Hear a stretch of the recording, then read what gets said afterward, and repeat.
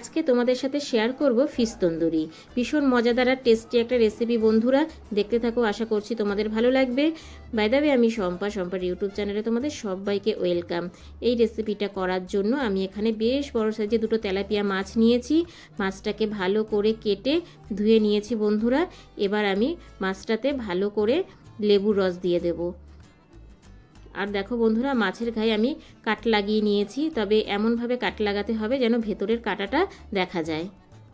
উল্টে পাল্টে লেবু রস দিয়ে আমি 10 মিনিটের জন্য ম্যারিনেট করে রাখবো। তবে এই তন্দুরি ফিশ করার জন্য কিন্তু মাছটা বেশ বড় সাইজের নিতে হবে বন্ধুরা। দেখো এইভাবে ভেতরেও আমি একটু লেবু রস দিয়ে দিচ্ছি, দিয়ে ভালো করে আমি মাখিয়ে নিচ্ছি। এই লেবু রসটা একটু বেশি করে দিলে পরে বন্ধুরা মাছের যে একটা আষ্টে গন্ধ সেটা কিন্তু থাকবে না। একটু বেশি করে লেবু রসটা দিতে হবে। এবার ভালো করে মাছটাতে মাখিয়ে আমি 10 মিনিটের জন্য রেস্টে রেখে দেবো। মাখানো হয়ে গেছে লেবু রস, এবার আমি সাইড করে রেখে দিচ্ছি। এবার আমি একটা মশলা করব, তার জন্য একটা মিক্সির বাটি নিয়ে নিয়েছি। তাতে দিয়ে দিলাম 5 টুকরো রসুন, দিয়ে দিচ্ছি কয়েক টুকরো আদা আর কিছুটা ফ্রেশ ধনেপাতা আর 3টে কাঁচা লঙ্কা। ঝালটা তোমরা নিজেদের ইচ্ছে মতো দেবে। এবার জল ছাড়াই আমি এটাকে পেস্ট করে নেব, তবে একদম পুরো মিহি পেস্ট করব না বন্ধুরা। এই দেখো ঠিক এইভাবেই পেস্টটা আমি করে নেব, একটু দানা দানা ভাব থাকবে। এবার এটাকেও সাইড করে রেখে দিলাম। আর এইদিকে আমি একটা কাচের বাটি নিয়ে নিয়েছি, তাতে আমি জল ঝরিয়ে রাখা 2 চামচ টক দই নিয়ে নিলাম। আরও কিছু মশলা অ্যাড করব, দিয়ে দিচ্ছি এবার যেই আদা, কাঁচা লঙ্কা, ধনেপাতা, রসুন পেস্ট করে রেখেছিলাম সেইটা দিয়ে দিচ্ছি। পরিমাণ মতো লবণ, হাফ চামচ হলুদ গুঁড়ো, হাফ চামচ জিরের গুঁড়ো, হাফ চামচ ধনের গুঁড়ো, আর দিচ্ছি 1 চামচ ঝাল লঙ্কার গুঁড়ো, আর ভর্তি করে 1 চামচ কাশ্মীরি লঙ্কার গুঁড়ো, তবে এটা একটু ঝাল ঝাল হবে বন্ধুরা। আর দিয়ে দিচ্ছি বড় চামচের উঁচু করে 1 চামচ তন্দুরি মশলা, আর কিছুটা কসুরি মেথি হাতে ভালো করে ডলে দিয়ে দিচ্ছি। এতে ভীষণ টেস্টি হয় বন্ধুরা, স্মেলটা বেশ ভালো আসে কসুরি মেথিটা দিলে পরে। এবার দিয়ে দিচ্ছি কিছুটা সাদা তেল। এবার সব কটা মশলা আমি ভালো করে মেখে নেব। এইভাবে আমি মশলাটাকে মিশিয়ে নিচ্ছি। দেখো বন্ধুরা, মশলাটা কিন্তু একদম পুরো মিশে গেছে।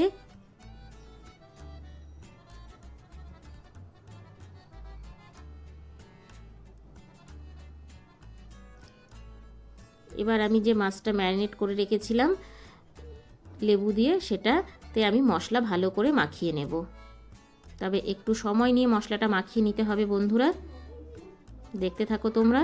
মশলাটাকে এমনভাবে মাখাতে হবে মাছের গায়ে যে আমি কাট করে রেখেছিলাম তার ভেতরে যেন মশলাটা ভালোভাবে ঢুকে যায়। এই দেখো ঠিক এইভাবে মশলাটা ভালো করে মাখিয়ে নিতে হবে। ভীষণ টেস্টি আর মজাদার একটা রেসিপি বন্ধুরা, একবার করলে পরে বারবারই তোমরা বাড়িতে বানিয়ে খেতে ইচ্ছে করবে। একদম পুরো দোকানের মতো টেস্টি হয়, অবশ্যই বাড়িতে একবার ট্রাই করবে। দেখো মশলাগুলো কিন্তু আমি একটু ভেতরেও দিয়ে দিচ্ছি। ভীষণ চটপটা জুসিলি হয় খেতে বন্ধুরা,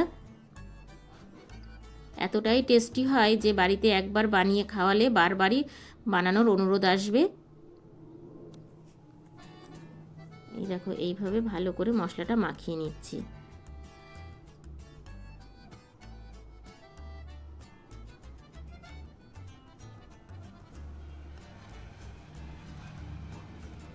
দেখো বন্ধুরা, মশলাটা আমার মাখানো হয়ে গেছে। একইভাবে আরেকটা মাছ আছে, সেটাও মেখে নেব আমি। এই দেখো দুটো মাছ হয়ে গেছে। এবার আমি আধা ঘন্টা রেস্টে রেখে দেবো। সময় থাকলে তোমরা 1 ঘন্টাও রাখতে পারো। ফিরে আসছি আধা ঘন্টা পরে। ঢাকনাটা তুলে নিলাম। দেখো বন্ধুরা এখনই কতটা লোভনীয় লাগছে।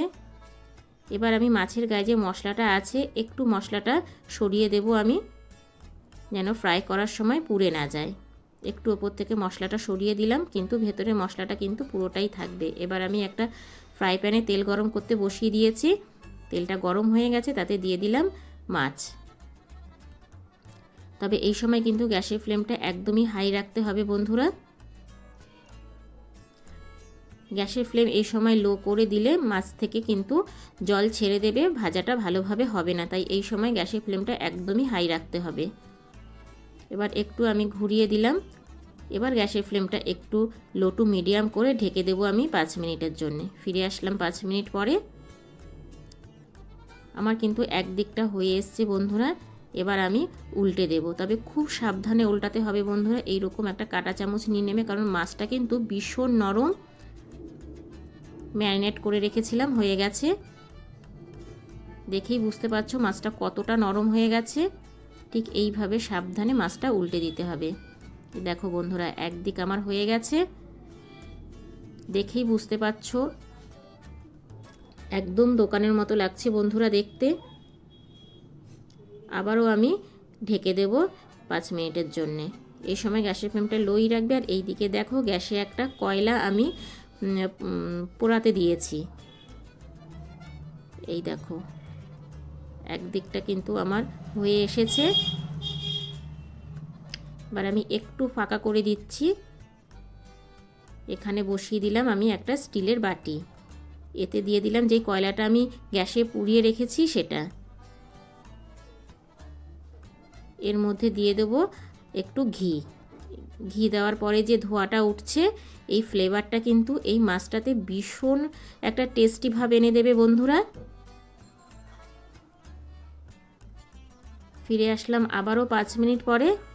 এই দেখো বন্ধুরা,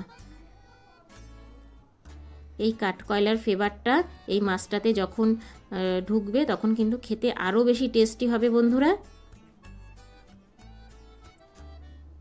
এই দেখো আমার কিন্তু ফিশ তন্দুরি রেডি। এবার আমি তোমাদেরকে প্লেটে বেড়ে দেখাচ্ছি। খুব সহজেই বাড়িতে তোমরা বানিয়ে নিতে পারবে ফিশ তন্দুরি। এই দেখো বন্ধুরা কতটা লোভনীয় হয়েছে, একদম জুসিলি, খেতে এতটাই টেস্টি হয়েছে কেউ বিশ্বাসই করতে পারবে না যে এটা বাড়িতে বানানো হয়েছে। তা কেমন লাগলো বন্ধুরা আমার আজকের এই ফিশ তন্দুরি রেসিপিটা? অবশ্যই ছোট্ট একটা কমেন্টস করে জানিও, কারণ তোমাদের ছোট ছোট কমেন্টস আমাকে ভিডিও করতে অনেক বেশি উৎসাহ দেয়। বাই দ্য ওয়ে, এতক্ষণ দেখছিলে শম্পার ইউটিউব চ্যানেল। আর যদি আমার চ্যানেলে কেউ নতুন ভিজিট করে থাকো, আমার চ্যানেলটাকে সাবস্ক্রাইব করে পাশে থাকার বেল আইকনটা অল করে দিও। যখনই আমি নিত্য নতুন ভিডিও আপলোড দেবো তোমাদের কাছে পৌঁছে যাবে। সবাই ভালো থেকো, সুস্থ থেকো। Thank you for my watching.